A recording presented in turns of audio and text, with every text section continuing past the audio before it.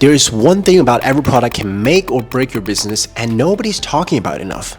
So today, I'm gonna break it down for you. What's up everybody, it's your boy James here. If you're new to this channel, I break down digital marketing concepts for business owners like you. So hit that subscribe button and turn on notifications so you don't miss out any future videos coming. You see, it takes as much effort to build a crappy business as it does an excellent one. We talk about LLC formation, product development, and brand strategy, these fundamental steps, but there is one tiny differentiator that can decide how much cash you can actually pocket, and that is pricing. What is the maximum I can charge? Should I bump it up by 20 bucks? Will that piss off my customers? Setting up too high, people's like, no, I'm just looking. Setting up too low, and you're straight up leaving money on the table. So how do you nail it? Let's dive into 5 practical principles to level up your pricing game. Principle number 1, make your pricing value driven instead of cost driven. Most folks price based on cost. Say you make a product for $1 and sell it for $3 to cover any packaging, shipping, and marketing, and overheads. Pretty simple, right? But that is leaving potential profits behind. So pretend you're Starbucks and you sell a grande mocha for $5.75, but the actual coffee bean only costs you 30 cents per cup. And yep, that is a real cost. Now that imagine that you found a supplier, you'd be able to drop your cost for coffee for just 10 cents a cup. Should you slash the price and just pass the saving on? Heck no. Big corporations like Starbucks do not just drop prices every time the cost dip, because the product's availability and the customer's willingness to purchase hasn't changed, and you and I are still lining up to pay the same overpriced caffeine fix because of the perceived value of Starbucks, the vibe, the convenience, and the status it represents. So the beauty of value-based pricing is that it lets you offer more to charge more, which brings us to principle number 2, always justify your price premium. According to Alex Hormozi's value formula, there are 4 building blocks to boost the quality of your offer. First one is a dream outcome. Say that you're selling a $499 gym membership for a 40-year-old. You offer unlimited access plus 10 one-on-one coaching sessions a month, which is pretty standard but also pretty boring. So you can juice that value offer a little bit by offering maybe unlimited access to a sauna, online training recordings, private consultations, and dialed follow-ups. So all these perks, you don't necessarily have to increase your cost by much, but drastically increase the value of your dream outcome.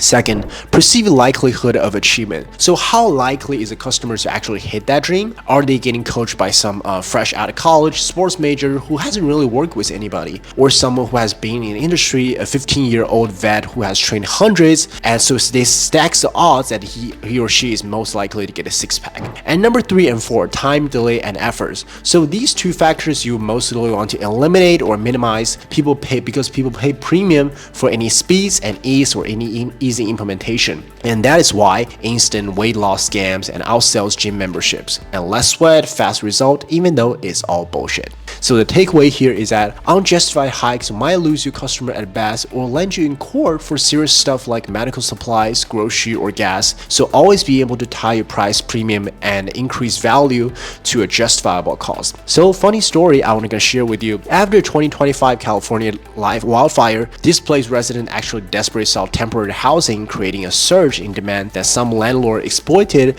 by illegally jacking up rents far beyond the legal 10% limit. So this law stands from 1992, the disaster where unchecked hikes exploited people. So in 2025, reports found out about 5,000 potential violations in LA counties alone, which rent climbing up to 20% or more, or sometimes up to 130% in some spots. And illegal surcharges can hit 92 million annually.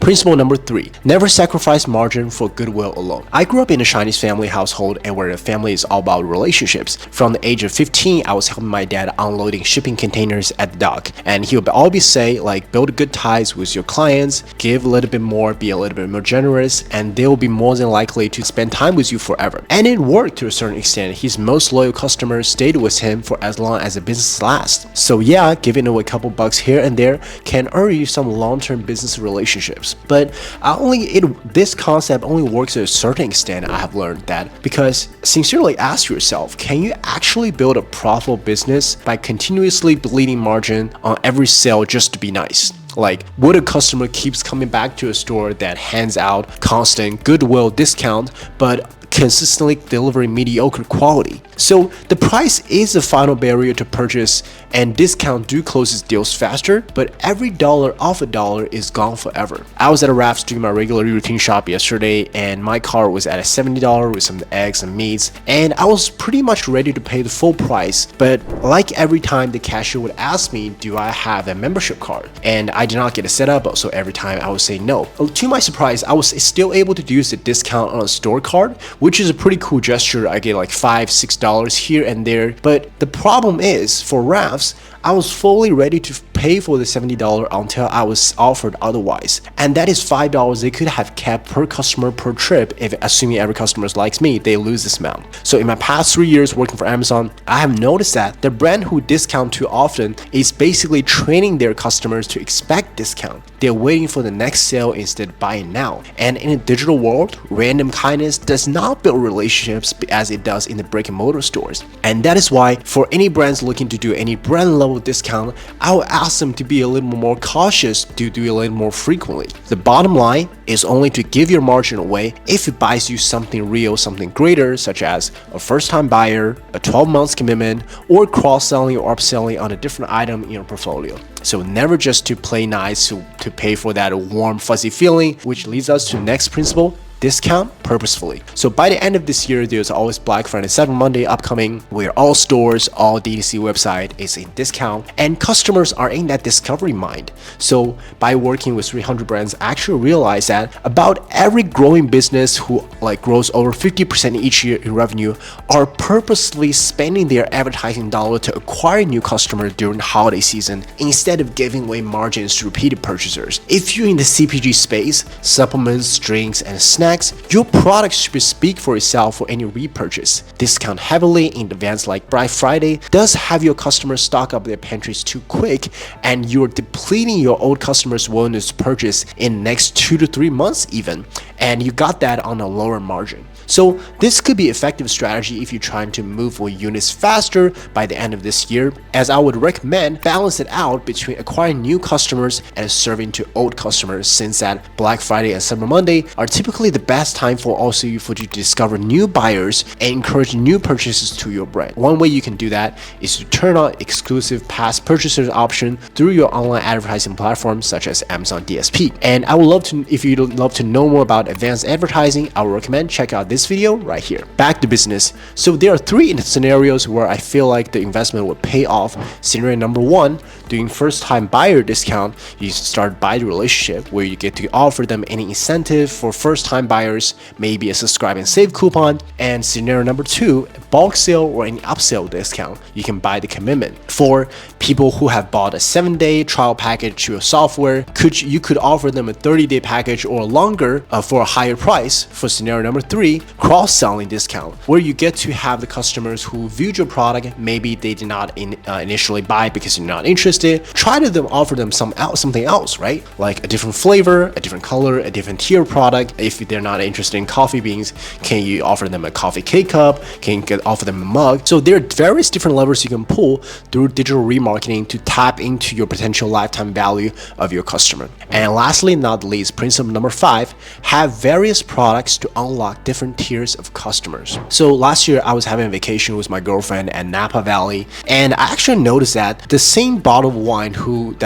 sells for $15 and the bottle of wine who sells $300 actually came from the same vineyard. So the winemaker broke it down for me, and he was using the same grapes and the same steel tank and the same labor. So the $300 come from any hand sorted berries, 36 months in new French oaks in tiny 300 case lots. And being a good marketer, I know this is all story. Maybe there's a different texture in terms of his taste, in terms of the quality of the grape, but I'm certainly not be able to tell it. When I drink, I just like to drink enough to have a good time. Jokes aside, I'm not an alcoholic, but the point is that is tiering in practice. There's one vineyard comes out of 3 wallets. There's entry level $15, there's a core $50, and there's a reserve for $300. Your job isn't to be able to explain the grape cost, your production cost, is able to craft desire based on scarcity, legacy, and this experience, so that anyone with a different willingness to pay is able to find a quality product in your portfolio so you can serve to a wider audience. And customers' willingness to pay also hinges on price and availability of the substitutes. Sometimes you gotta pay attention to competitors, how much they're offering, their price, and with inflations, you also want to pay attention to disposable income level. And some of the market environment, like with this type of product move faster, sometimes you do have to increase and decrease your base based on supply and demand. Overall, true premium does come from customers who would understand and appreciate the difference, so communicating effectively what your product brings is to be key. Alright family, there's 5 principles and 1 mission, and stop leaving monies on the table. If you like this video, make sure to like and subscribe. This is James. I explain digital marketing for business owners.